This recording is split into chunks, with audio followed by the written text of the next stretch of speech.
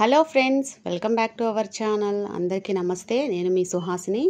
ఇవాళ శ్రావణ మాసం కోసం, వరలక్ష్మి వ్రతం కోసం ఎప్పుడూ నేను తెప్పించినటువంటి ఐటమ్స్ని మీతో షేర్ చేసుకోబోతున్నాను. మొదటగా మీరు చూసేది అన్నీ కూడా దాదాపుగా మీషో నుంచే తెప్పించాను. It's my show from Meesho. First డోర్కి వేసుకునేటువంటి ఈ తోరణ్ అనమాట. దీన్ని మా కొత్తింటి గృహప్రవేశం కోసం ఆర్డర్ చేశాను. కానీ అప్పుడు వచ్చిందో లేదో నాకు గుర్తులేదు. 3 years అయిపోయింది కదా. అప్పుడైతే 270, 300 ఆ రేంజ్లోనే ఉండింది. ఇప్పుడు 313 అయింది. నెక్స్ట్ వచ్చేసి గాల్లో దీపం పెడితే కొట్టుకులాడుతూ ఉందనేసి తులసమ్మ దగ్గరికి ఈ దియాని రీసెంట్గానే తీసుకున్నాను. ఇది లోపల ఒత్తి వెలిగించుకునే దానికి కూడా ఉంది. అందులో ఒత్తి పెట్టేసి మనం వెలిగిస్తే సరిపోతుంది. వెయిట్ కూడా మంచిగానే ఉంది. మరి ఎలా ఉంటుందో దీని పర్ఫార్మెన్స్ చూడాలి.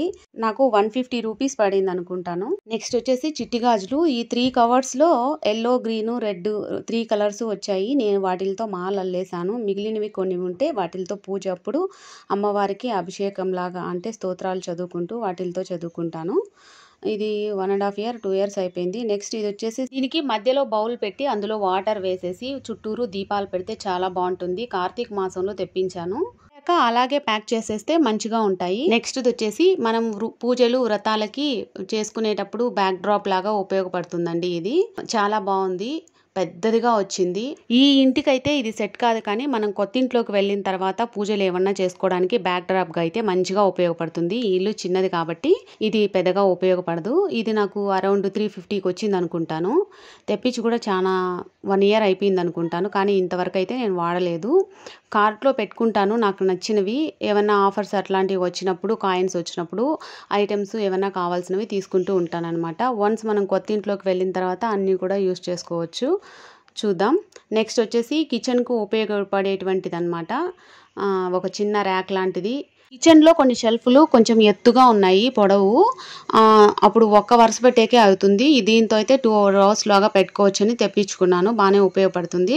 నెక్స్ట్ ఇది వచ్చేసి పిఓపి ఉన్నటువంటి హౌసెస్కి బాగా ఉపయోగపడుతుంది. ఈ హౌస్లో అయితే ఫ్యాన్స్ అవి క్లీన్ చేసుకోవడానికి అది బాగా బెండ్ అవుతుంది. అలాగే దానికి ఉన్నటువంటి అది క్లాత్ వచ్చేసి మైక్రో ఫైబర్ది అనమాట. దాన్ని మళ్ళీ మనం వాష్ చేసేసుకొని అలాగే చక్కగా తగిలించేసుకోవచ్చు. ఈజీగా బెండ్ అవుతుంది. బోల్డ్ అంత పొడవు కూడా వస్తుంది. మనం బూజు దులుపుకునే స్టిక్ ఉంటుంది కదా, దాని మాదిరిగానే ఇది కూడా కొంచెం బాగా హైట్ కూడా వస్తుంది. నేనైతే కొత్త ఇంట్లో వర్క్ చేయించేటప్పుడు పిఓపికి బూజులు అవి దులుపుకోవడం కోసం తెప్పించుకున్నాను. ఈ ఇంట్లో అయితే పెద్దగా ఏం వాడట్లేదు దీన్ని. ఓన్లీ ఫ్యాన్లు దులపడానికి మాత్రం అప్పుడప్పుడు వాడుతూ ఉంటాను. దీనిలో మనకి ప్లస్ పాయింట్ ఏంటంటే ఆ క్లాత్ వాష్ చేసుకొని మళ్ళీ దానికి తగిలించేసుకోవచ్చు. మన వర్క్ అయిపోయిన వెంటనే మళ్ళీ అన్నీ డిమోల్డ్ చేసేసి చక్కగా రిమూవ్ చేసుకొనేసి మళ్ళీ ఆ బాక్స్లోనే పెట్టేసుకోవచ్చు. ఎన్ని సంవత్సరాలైనా అలాగే బాక్సుల్లో ఉంచేసుకుంటాను. ఎలా ఉన్నాయండి ఐటమ్స్? మీకు నచ్చాయా? మీకు ఏమైనా ఉపయోగపడతాయి అనుకుంటే తప్పకుండా మన వీడియోని లైక్ చేయండి, షేర్ చేయండి, సబ్స్క్రైబ్ చేసుకోండి. ఉంటానండి. బాయ్.